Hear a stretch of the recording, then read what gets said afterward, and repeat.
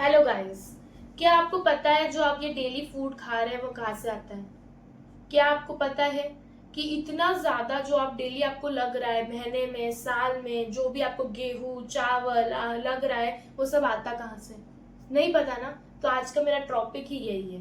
Class 8 के लिए बहुत इंपॉर्टेंट है क्रॉप प्रोडक्शन एंड मैनेजमेंट। मैं हूँ कनक महाजन और आपको क्लास 8 का साइंस आज मैं बताने वाली हूँ जिसका चैप्टर 1 है क्रॉप प्रोडक्शन एंड मैनेजमेंट। ठीक है। पहले अब मुझे ये बताइए कि आप लोग ये सोच रहे होंगे कि क्रॉप्स होता क्या है। ठीक है। क्रॉप्स को समझने पहले हम पहले जाते हैं प्लांट्स पर। ठीक है। प्लांट्स अपना खाना कैसे बनाते हैं पता है सबको? फोटोसिंथेसिस एक प्रोसेस होती है जिसके थ्रू प्लांट्स सब अपना एक खाना बनाते हैं।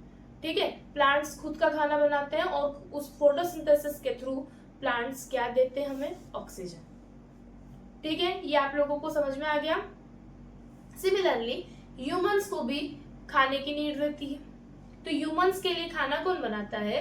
क्रॉप्स प्रोड्यूस करते हैं हमारे लिए सीरियल्स, पल्सेस, ठीक है, ग्राम्स। तो ये सब कहां से आते हैं? क्रॉप से। तो आज का हमारा टॉपिक ही यही है क्रॉप प्रोडक्शन एंड मैनेजमेंट।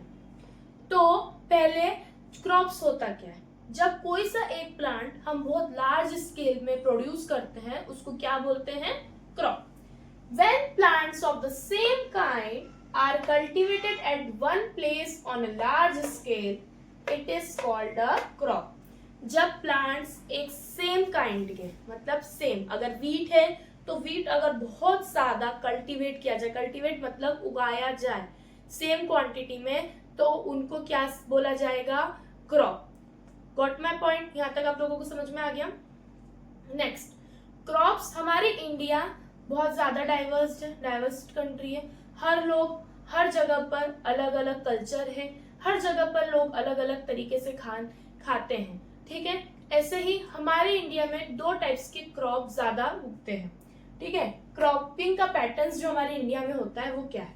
पहला होता है खारिफ क्रॉप्स एंड सेकेंड है राबी क्रॉप्स। खारिफ क्रॉप्स मेनली कब उगाए जाते हैं? रेनी सीजन में। रेनी सीजन में खरीफ क्रॉप्स क्यों उगाए जाते हैं? इनकी भी एक खासियत है। क्यों?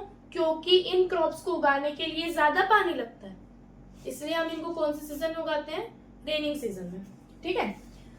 इनका सीजन का मंथ क्या है? जून टू सितंबर। एग्जाम्पल क्या है खरीफ क्रॉप्स के? पैडी, मेज, सोयाबीन, ग्राउंडनट, कॉटन। ये सारे किसके एग्जाम्पल्स हुए आपके? ये सारे आपके एग्जाम्पल्स हुए kharif crops. What my point? Next हमारा टाइप आएगा rabi crops. Rabi crops mainly हम उगाते हैं विंटर सीजन। कौन सा सीजन है? विंटर, मतलब ठंड के सीजन में जो क्रॉप्स हम उगाते हैं वो होते हैं विंटर रबी क्रॉप्स, विंटर सीजन में। ठीक है। उनका मंथ क्या है? अक्टूबर से मार्च तक। अक्टूबर से मार्च तक हम क्या कौन से क्रॉप्स उगाते हैं? रबी क्रॉप्स। पहला उसके एग्जाम्पल में आएगा वीट, नेक्स्ट ग्राम, पी, मस्टर्ड, लिंसे। ये सब उसके एग्जाम्पल है। ये आपका एक काइंड ऑफ क्या हो गया? नोट्स। इसको अगर आप नोट कर लीजिए या इसका स्क्रीनशॉट ले लीजिए, सबसे बेटर है आप इसका स्क्रीनशॉट ले लीजिए। ये अभी तक का आपकी एनसीईआरटी में आप लोगों को एनसीईआरटी बुक से ही फॉलो करके पढ़ा रही हूँ, क्योंकि क्लास 8 बोर्ड होने जा रहा है तो मैं आपकी बुक से ही पढ़ाई जा रही हूँ, एनसीईआरटी बुक से, जिससे आपको बहुत आसानी मिलेगी, है ना। और आप इसको, ये पूरा टॉपिक कवर्ड हो गया है आप लोगों का, इतने से भी आपका पूरा टॉपिक कवर्ड हो जाएगा। अब ये सब तो हुई बात। अब आप लोगों के माइंड में आ रहा होगा कि इन सबको उगाता कौन है? तो फील्ड है, बड़ी बड़ी फील्ड्स होती है कि नहीं, खेत। खेत में काम कौन करता है? फार्मर। तो ये सब काम कौन करता है? फार्मर्स। ठीक है। अब मैं आप लोगों को स्टेप्स बताती हूँ। नाउ अब हम पढ़ेंगे basic practices of crop production. अभी आपको क्या बताया?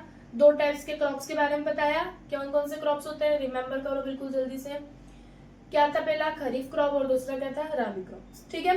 अब अपने को ये समझना है कि ये सारे क्रॉप्स उगते कैसे हैं, इनको उगाने में क्या क्या फार्मर्स किस किस टाइप की प्रोसेस करता है, वो सब भी तो समझना पड़ेगा कि नहीं।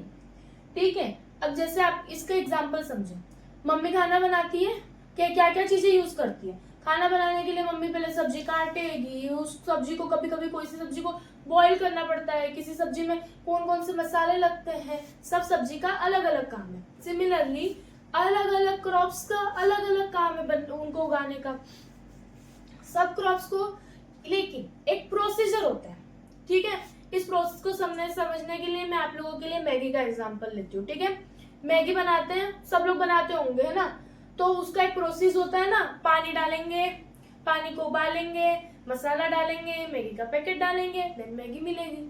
और ये तो एक टाइप का प्रोसेस हो गया। दूसरे लोग बहुत सारे किसको वेजिटेबल्स डालना रहेगा तो उसके लिए अलग अलग प्रोसेस चालू करते हैं। सिमिलरली क्रॉप्स को उगाने का, क्रॉप्स को कल्टीवेट करने का एक टाइप का क्या होता है, प्रोसीजर। इतनी आसानी से फार्मर को क्रॉप्स का प्रोडक्शन नहीं मिलता।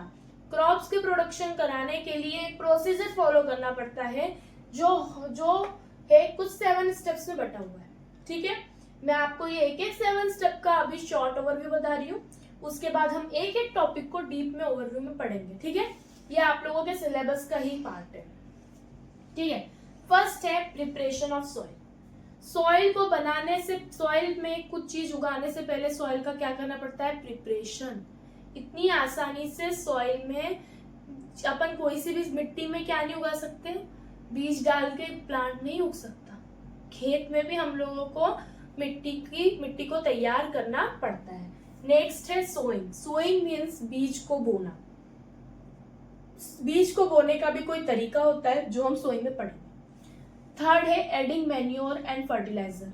मैन्योर और फर्टिलाइजर्स जो हम क्रॉप्स में डालते हैं जिनसे हम लोगों को एक्स्ट्रा न्यूट्रिशंस मिलते हैं हमारे क्रॉप्स को, उनके बारे में हम समझेंगे। फोर्थ है मोस्ट इंपॉर्टेंट टॉपिक, इरिगेशन, ठीक है।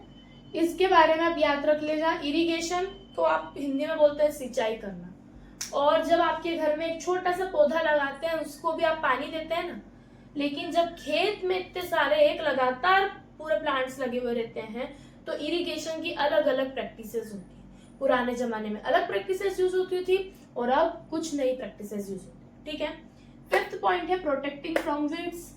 अब प्लांट्स उगा दिए, प्लांट्स थोड़े थोड़े उग गए, अब अनवांटेड प्लांट्स तो बहुत जल्दी उग जाते हैं, जो हमें चाहिए रहते हैं वो तो कम उगते हैं, अनवांटेड प्लांट्स जल्दी उग जाते हैं, उनको बोलते हैं वीड्स, ठीक है। जो अनवांटेड प्लांट्स रहते हैं, ठीक है, अनवांटेड प्लांट्स उग जाते हैं। तो अनवांटेड प्लांट्स है ना, सॉइल में से जो हमारे क्रॉप्स को न्यूट्रिशन चाहिए रहते हैं वो फालतू का न्यूट्रिशन खाया करते हैं, तो हमारे क्रॉप्स को नहीं मिल पाता, इसलिए हमें क्रॉप्स को प्रोटेक्ट करना पड़ता है वीड्स से। सिक्स्थ है हार्वेस्टिंग। क्रॉप्स उग गए क्रॉप्स को काटना तो पड़ेगा, उनको निकालना पड़ेगा, तो अब हम क्या करेंगे, हार्वेस्टिंग। सेवंथ, इतनी लार्ज क्वांटिटीज में क्रॉप्स आ चुके हैं, अब उनको क्या करना पड़ेगा, अपने पास एक जगह पर स्टोर करके रखना पड़ेगा। और स्टोर भी हम ऐसे नहीं कर सकते, स्टोर करने के बाद बहुत सारे इंसेक्ट्स लग जाते हैं, पानी के मौसम में उसके अंदर कीड़े हो जाते हैं, तो उन कीड़ों से बचाना पड़ेगा हमें हमारे क्रॉप्स को। क्रॉप्स में से जो भी हमारे सीरियल्स निकले, पल्सेस निकली, जो भी हमारे निकला है उसको स्टोर करके हमें रखना पड़ेगा। तो ये आपकी थी 7 स्टेप्स। इन 7 स्टेप्स के थ्रू आप लोगों का क्रॉप प्रोड्यूस